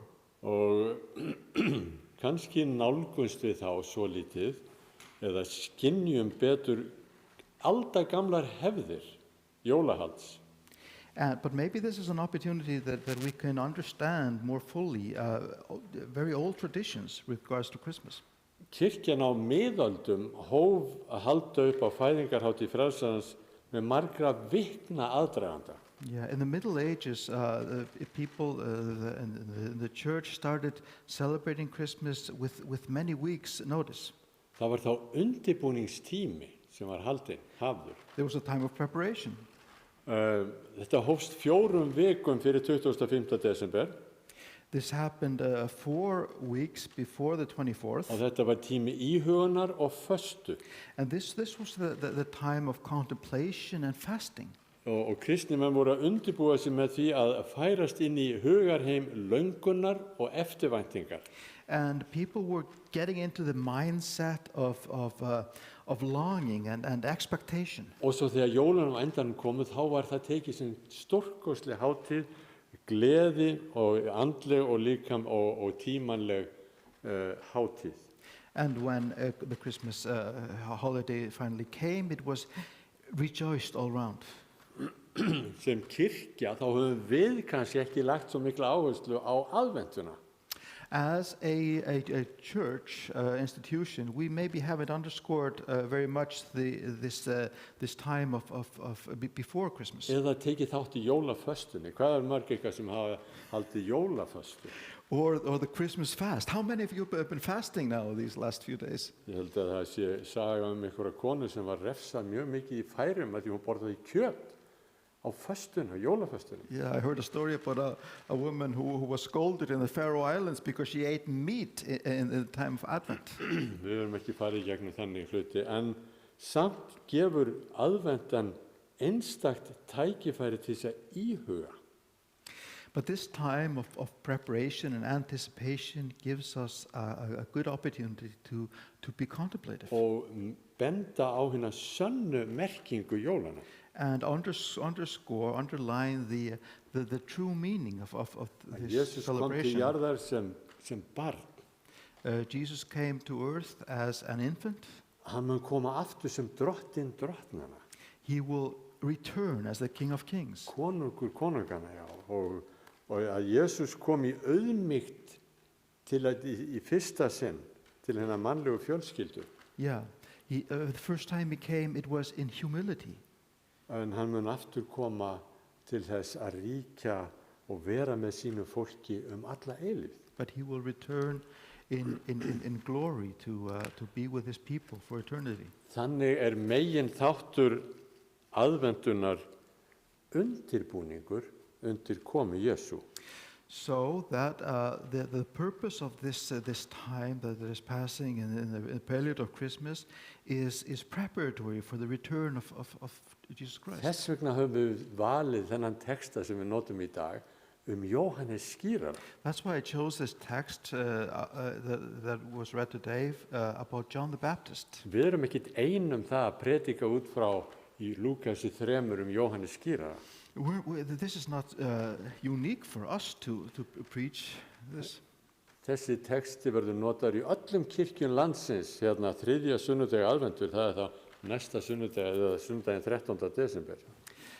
This scripture will be preached in all the Christian churches in Iceland on the third Sunday of the Advent. Af því þetta sannur aðventu texti. Because this is a text that fits well in with this preparatory mindset. Snúum okkur að Jóhannesi. Hvert var hlutverk Jóhannesar? What was the purpose of John the Baptist? Það voru margir sem væntu Messiasar og vildu vera tilbúnir þegar hann kæmi. Many people around him were looking forward to the coming of the Messiah and were trying to prepare for this. But þeir voru ekki vissi að þeir getu greint hver hann væri þegar hann svo kæmi á sjónarsviðið. But they were worried about not being able to recognize him when he appeared. Svo það var hlutverk Jóhannesar skírara að koma út úr eyðimörkinu og tala við fólk þessa komu Messiasar. So it was a purpose of John the Baptist to come out of the wilderness and speak to people and prepare it. Undirbúa fólk undir þennan mikla viðburð. Prepare them for this, what was about to happen. Þannig að þeir gætu þegar hann kemur bæði séð hver hann væri og líka meðtekið boðskapinn. So that the people could, when the Messiah appeared, recognize him and accept the message that he delivered. Að sjá Krist, að þekkja Krist, að hlýða Kristi, það útheimtir undirbúning. To see Christ, to know Christ and obey him, it requires a preparation. Og þú greinir hann ekki óundirbúinn. And you can't see him without being prepared. Og þannig var verk Jóhannesar að opna, ljúka upp hjörtum fólksins. So the purpose of John the Baptist was to open the hearts of the people. Svo þannig þegar lamb Guðs svo birtist, þá myndur þekkja hann og bregðast við á viðeigandi hátt. So when the Lamb of God appears, they would recognize him and receive him. Og Lúkas, hann byrjar sína frásögn með því að telja upp mikilvægasta fólk þess tíma. And Luke, in the beginning of the scripture that we read, starts by counting out the most important people in their contemporary. Og Indró þakkaði mig sérstaklega fyrir að fá að lesa þessi versarna með þessum fínu nöfnum. And I thank Derek especially for letting me read this scripture with all these really weird names. En þarna fyrst talaður Tiberius keisar og Pontius Pilatus landstjóra í Júdeu. Yeah, Tiberius and Pontius Pilate. Það talað Herodes og Philippus og Lysansius og Annas og Kæfas. Yeah, Herod and all these people that he mentioned. Þetta eru öll mikilmenni þess tíma. These were all the main movers and shakers of this time. Byrjar alveg á toppinum í Róm. Starts at the very Keisaran í top. Róm og vinnur sér niður í nærsamfélagið. The emperor in Rome, and then works his way down to Og the segir, local. hér eru öll stórmenni þessa okkar tíma að vinna sín stórvirki. Here are the main players in our context, working, doing what they are doing. Og mitt á meðal allra þessa mikilvægu atburða sem heimurinn taldi merkilega. And in the midst of these things that from a worldly human perspective people thought were really important, Þá kemur Guð til Jóhannesar í eyðimörkinni. then God comes to John in the wilderness. Mannkynssagan veit í raun voða lítið Annas og Kæfas og Philippus og Herodes og Pontius Pilatus nema hvernig þeir snerta líf Jesú Krists. History really doesn't know so much about Herod or Pilate or Annas or Caiaphas, apart from how their existence relates to the life of Jesus Christ. Og þegar Guð hefur boðskap að færa fólki sínu þá velur hann sinn eigin vettvang. When God has a message to deliver his people, he chooses his own venue. Hann ekki í musterinu í Jerúsalem að tala, heldur ekki í höll Herodesar. You see, not in the temple in Jerusalem, not in the castle of Herod. Hann talar í eyðimörkinni við almúan gegnum Jóhannes. He speaks in the wilderness to the common man through John. Og þegar Jóhannes svo meðtekur hennar boðskap, þá kemur hann út úr eyðimörkinni og hann er alveg sérstakann boðskap að flytja fólkinu. And when John comes out of the wilderness and delivers the message, it's very specific. Hvert var þetta aðal atriði sem hann þetta kom með? What was his main point? Jú, að taka sinnaskiptum eða iðrun og afturhvarf. Yes, this redemptive element. Iðrun og afturhvarf. Afturhvarf er einlega góð þýðing á þessu gríska orði sem er metanoia. You're using Greek now. Yeah. Afturhvarf is This idea of repenting, which is metanoia in Greek. Já. Þetta mjög dramatískt og tilfinningahlaðið orð. Yeah, it's a very dramatic and Það fjallar persónu sem hefur gengið í eina átt en hættir og snýr við og fer í þveröfuga átt. It describes a person who has been going in one direction and rethinks the pathway and goes in a new direction. þetta tjáir líka sorg og eftirsjá vegna fyrri stefnu sem personan hafði.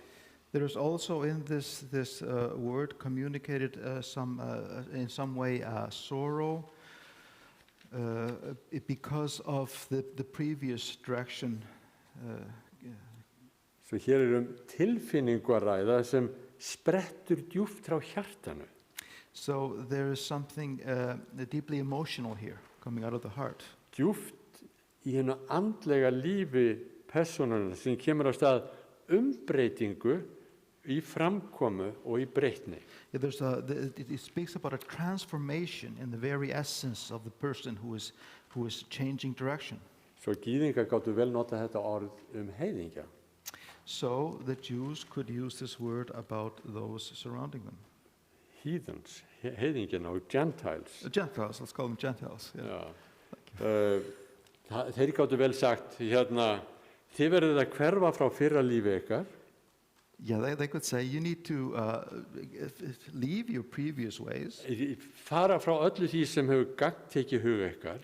Leave what has enthralled you up until now. Þið verðið að hafna fyrri gildum. Turn your back on the values. Þið verðið að iðrast og taka sinnaskiptum. You need to repent and change your directions. Engin gyðingur á tímum Jóhannesar geti notað orðið metanoia fyrir gyðing. Yeah, there were no Jews at the time of John the Baptist that would use the word metanoia for a Jew. Nei, en það voru einmitt gyðingar sem Jóhannes var að tala við. But it was specifically the Jews that John was speaking to. Það var þessi strangtrúaða fólk sem Jóhannes talaði við. Yeah, it was the fundamentalists, the Orthodox that John was speaking to. Það var fólki sem var með guðfræðina og kennisetningarnar og skoðun sína á öllum málefnum fullkomlega í lagi. He was speaking to the people that had their theology and their dogma completely in the correct mode. Og svo gengur Jóhannes fram og segir, þið verðið að iðrast. And then he Þið verðið að snúa ykkur. comes and said, you need to change your mind, you need to repent. Og fólki sagði kannski, Jóhannes, getur ekki talað með eitthvað annað en bara þetta? And maybe the people replied and said, John, can't you speak about something else? Nei, ég mun halda áfram dag eftir dag, afturhvarf, segir hann. No, I'll continue day on about this idea of repenting. Því að þetta eina færa leiðin fyrir ykkur til að vera undirbúin. This is the only way for you to prepare. Og ég held kannski það sama gæti mögulega verið upp á teninum í dag. And I think this is fully valid today also. Eina leiðin fyrir okkur að sjá og viðurkenna Krist þegar við þorum að horfast í augu við hvernig við í raun erum að eðlinu til. The only way for us to fully recognize and receive Christ is to see ourselves in the correct light, how we are. Að taka sinnaskiptum, það ekki bara eitthvað sem maður gerir einu sinni, nei, það lífstíll. To reevaluate or repent isn't something that you do just one time. It's a continuous process. Þetta leið að lifa lífinu. This is a mode of living your life. Það afstaða til raddar og áhrifa heilags anda. It is a stance that we take concerning the voice of the Holy Spirit. Að leyfa heilagum anda að benda okkur reglulega á hvernig við erum að eðlinu til. To let the Holy Spirit continuously and ongoing, in an ongoing fashion, point out to us how we are. Hverjar tilhneigingar okkar eru og leyfa honum daglega ákvarða stefnu lífs okkar. What our tendencies are, and let the Holy Spirit on a daily basis lead us in the direction. Takk eftir hvernig Lúkas lýsir þessum boðskapin í 5. og 7. versina.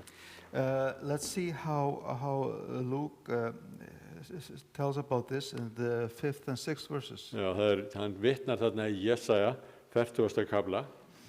Yeah, he is referring to Isaiah. og þar það að tala Jerúsalem, hvernig Jerúsalem verður hughreyst. And in Isaiah it's talking about how Jerusalem will be encouraged. Huggunin mun koma þegar konungurinn kemur, segir Jesaja. Your condolences will come when your king arrives. Og þegar hann kemur, þá verður þið að vera búin að undibúa leiðina. And when he arrives, you need to have prepared the way. Það verður að greiða veg drottins, gera beinar brautir hans. The crooked road shall become straight and rough ways smooth. Þið skuli fylla öll gil og jafna öll fell og hálsa og áfram, gera bugðurnar beinar. Yeah, every valley shall be filled in and every mountain hill made low. Hér mikið að vera, getur maður séð. There's a lot going on here. Mikið af framkvæmdum. Yeah, a lot of activity. Afturhvarf eins og að fylla dalina í lífi okkur og slétta úr hólunum og kletta borgunum. Yeah, this act of repentance that we're talking about, it has drastic and physical implications. Og það eins og að Jesaja hann líti með tilhlökkun fram til þessa boðskapar sem Jóhannes mun boða. And it's like Isaiah is looking forward to the message that John the Baptist was delivering. Til þess að undibúa komu lambsins. To preparing the lamb. Í 8. versi þá heldur Jóhannes áfram og þar kemur frá að það skýrt fram að áhrif afturhvarfs ekki bara eilíf sorg og eftirsjá. Yeah, and the 8th verse, it's clearly communicated that the repentance is not only about aftershow. Sorrow. Sorrow, yeah. Já, það heldur líka fullt af jákvæðri framkvæmd þarna. Yeah, there is a positive, proactive activity. Takið eftir hann segir, berið ávöxt sem samboðin iðruninni. See, produce fruit in keeping with repentance. Með öðrum orðum, verkin í lífi mínu frá degi til dags, það endur spegla þessi sinnaskipti sem hafa átt sér stað. See, my daily acts, they reflect my changed stance. Þú getur ekki verið leiður yfir fyrri mistökum í alvöru án þess að láta réttláta hegðun koma í staðinn. You can't truly repent your previous actions without letting this reflect on what you are doing now. Og svo kemur 10. versi sem svolítið trublandi málsgrein. And then the 10th verse, which is a bit disquieting here. Mannfjöldin kemur fram og spyr Jóhannes, hvað eigum við þá að gera? The crowd comes to John and asks, what should we do then? Það svona afleiðing af því sem Jóhannes að segja, þá bara fallast fólk í hendur og það segir bara, en Jóhannes, hvað eigum við þá að gera? Yeah, this is a question laid forth in reply to John's statements. Við sjáum að þessi spurning kemur fram 3 sinnum þarna í þessum texta. It's repeated 3 times in this text. Jóhannes segir fólki, hvaða ávöxt eigum við að bera sem eru samboðin sönnu afturhvarfi? Yeah, what fruit should we bear that is in accordance with the true repentance? Og Jóhannes svarar, And John answers, sá sem á 2 jakka, gefi annan. anyone who has 2 shirts should share with the one who has none. Ef þú átt mat, þá gefðu þeim sem líða skort. And anyone who has food should do the same. Og svo lýsir Lúkas einstakt, hann lýsir hér 2 undirhópum mannfjöldans. And then it's remarkable that Luke describes 2 subcategories in society. Merkilegt að hann skuli nefna einmitt þessa 2 hópa. And it's interesting that he names 2 groups Það eru specifically. tollheimtumennirnir og herrmennirnir sem voru hötuðustu stéttir þarna á þessum tíma. It was the tax collectors and the soldiers, which were the most hated groups in society at the time. Og í grískunni, í grískunni, í 14. versi, Yeah, in the 14th chapter, again in Greek, þá þýtt herma, við geti alveg eins fyrir að þýttur málaliði. Það má þýða annarkvort sem hermaður eða málaliði. Yeah, the word that's used for soldier could also be translated as a mercenary. Exactly. Það auðveldara, svolítið auðvirðilegra að vera málaliði heldur en að vera hermaður. Yeah, slightly less, it's more degrading to be called a mercenary than a Þetta soldier. eru þeir sem sjálfviljulega hafa tekist á hendur að kúa fólk. These are the individuals who have willingly taken the role of suppressing people. Svo úr þessum hópi fólk sem stendur hérna og hlustar á Jóhannes þennan dag, þá eru þessi tveir hötuðu flokkar manna. Yeah, these two most hated groups of people. Og tollendumenn og málaliðar, þeir koma með sömu spurninguna, hvað eigum við að gera? Mercenaries and tax collectors, what are we going to do with them? Höfum við heyrt þessa spurningu áður í Nýja testamentinu? Bræður, hvað eigum við að gera? We've heard this question before in the New Testament. Brethren, what should we do? Í því muni alveg strax auðvitað eftir predikun Péturs á hvítasunnudag, þá hrópaði fólkið, bræður, hvað eigum við að gera? In the sermon that Peter gave on the Pentecost, this call, brethren, what shall we do? Eða fangavörðurinn í Filippí, munið, herra mínir, hvað á ég að gera til þess að verða hólpinn? Or the prison keeper in Philippi, what should I do to be saved? Eða Páll á Damaskusleiðinni, hann segir, hvað á ég að gera, herra? Or Paul on the road to Damascus, what should I do? Ég held að við getum með réttu spurt þessara spurninga jafnvel í dag. Drottinn, hvað á ég að gera? And we can repeat this question even today. Lord, what should you have us do? Og Jóhannes bendir á þrennt. And John names three things. Við mannfjöldan talar hann mat og fatnað.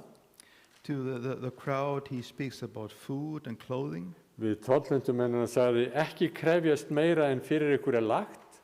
To the tax collector, he said, don't collect any more than you are required to. Og við hermennina sagði hann, ekki gera lítið úr og misnöta fólk, verið sátti við laun ykkar.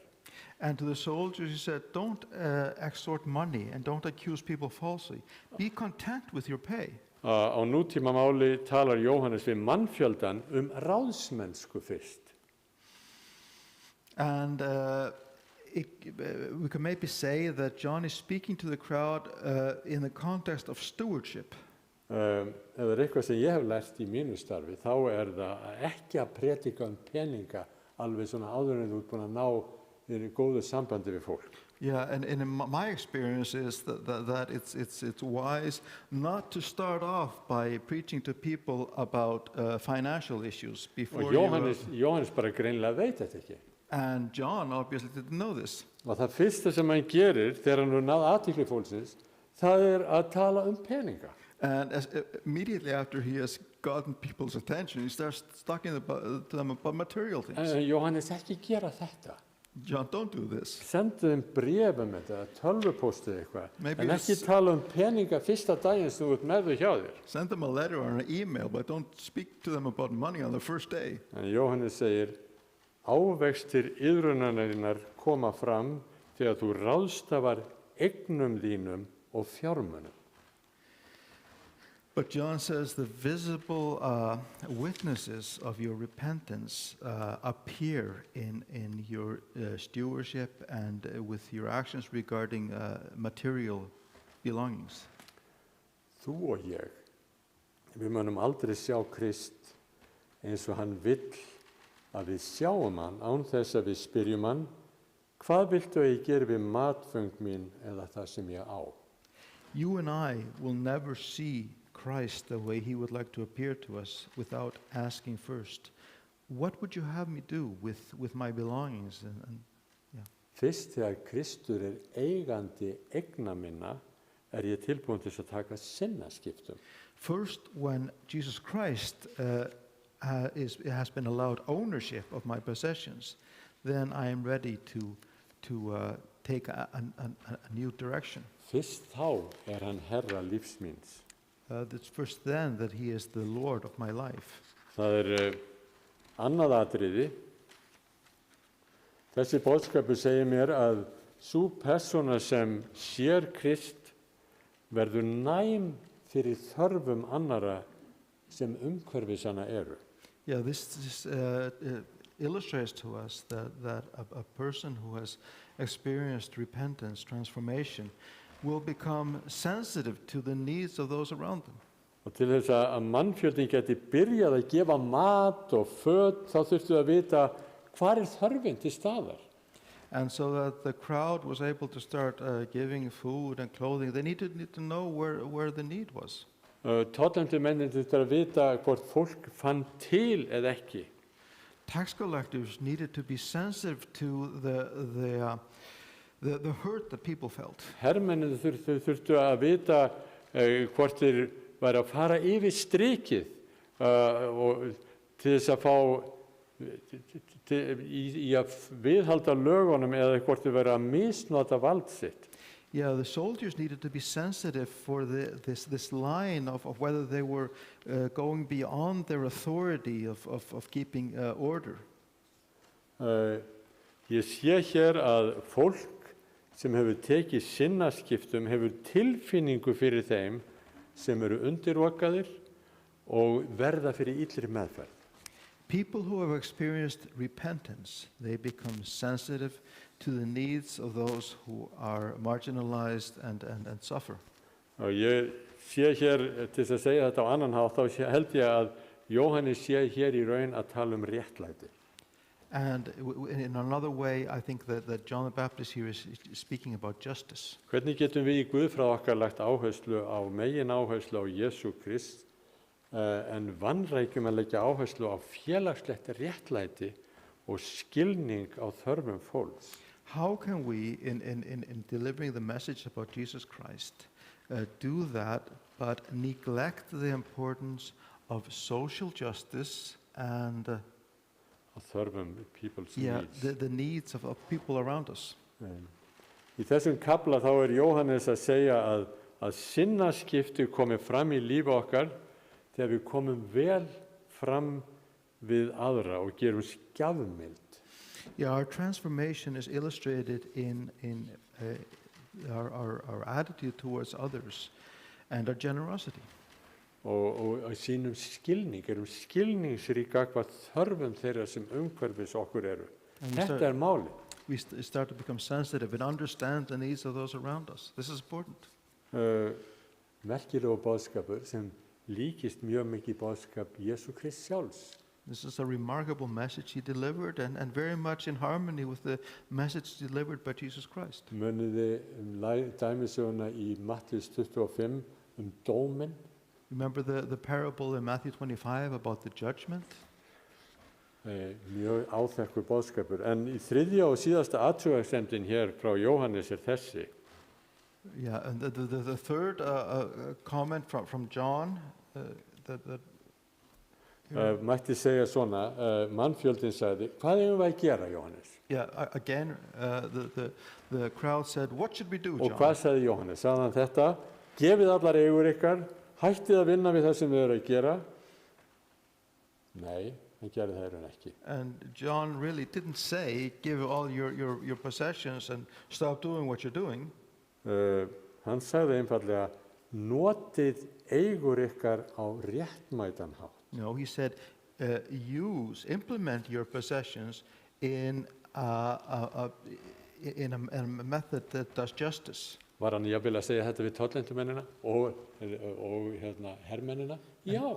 And he was saying this also to the tax collectors and the mercenaries. Vinniði af sanngirni, komið vel fram við fólk. Yeah, be fair, be just.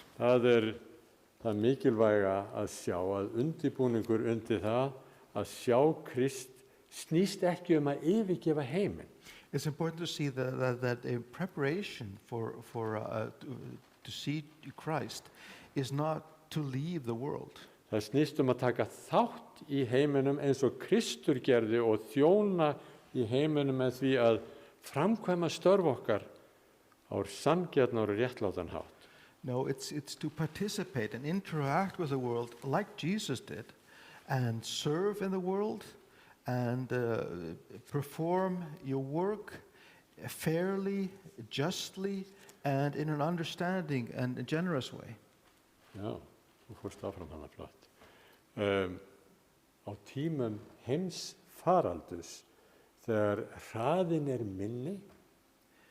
In this time of epidemics, when everything is moving a bit more slowly, Þegar aðvendu tónleikunum strengt, when we need to have our Christmas concerts streamed on the internet, og jólahlaðborðunum aflýst jafnvel, and Christmas feasts are cancelled. There you go. Þá höfum við kannski betri tíma til þess að íhuga boðskap Jóhannesar. Then we have this opportunity, this better opportunity to contemplate the essence of the holiday. Þannig að við getum endurspeglað í lífi okkar að við erum að undirbúa okkur undir að taka á móti Jesú Kristi. So we can let it appear in our life or create a reflection in our life, showing that we are preparing to receive Jesus. Og að lokum að mæta honum í dýrð. And in the end, to meet him in his glory. Mætti þessar kringumstæður, sérstöku kringumstæður okkar í ár, mögulega leið okkur í þá átt. I hope and pray that these special circumstances we have today will lead us in this direction. Takk okkur innlega fyrir. Og Guð blessi ykkur.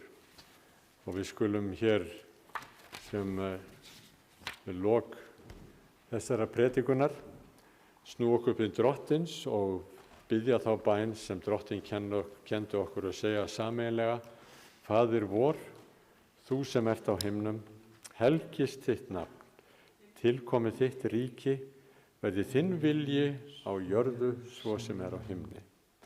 Gef oss í dag vort daglegt brauð, fyrirgef oss vorar skuldir svo sem við og fyrirgefum vorum skuldunautum. Og ei leið þú oss í freistni, heldur frelsa oss frá illu, því að þitt ríkið, mátturinn og dýrðin að eilífu. Amen.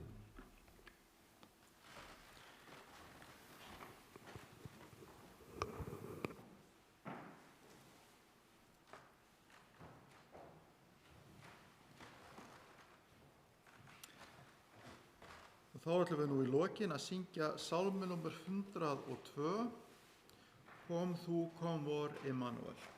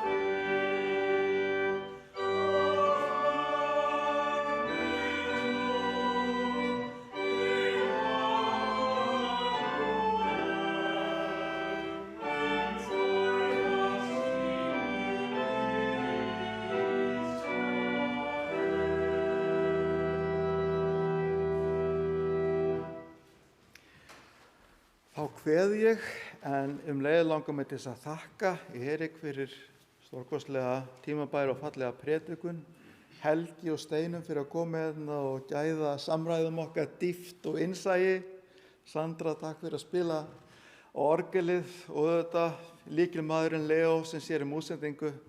Stevenson, thank you for your wonderful special music. Og takk fyrir samverun í dag allir sem fylgdust með.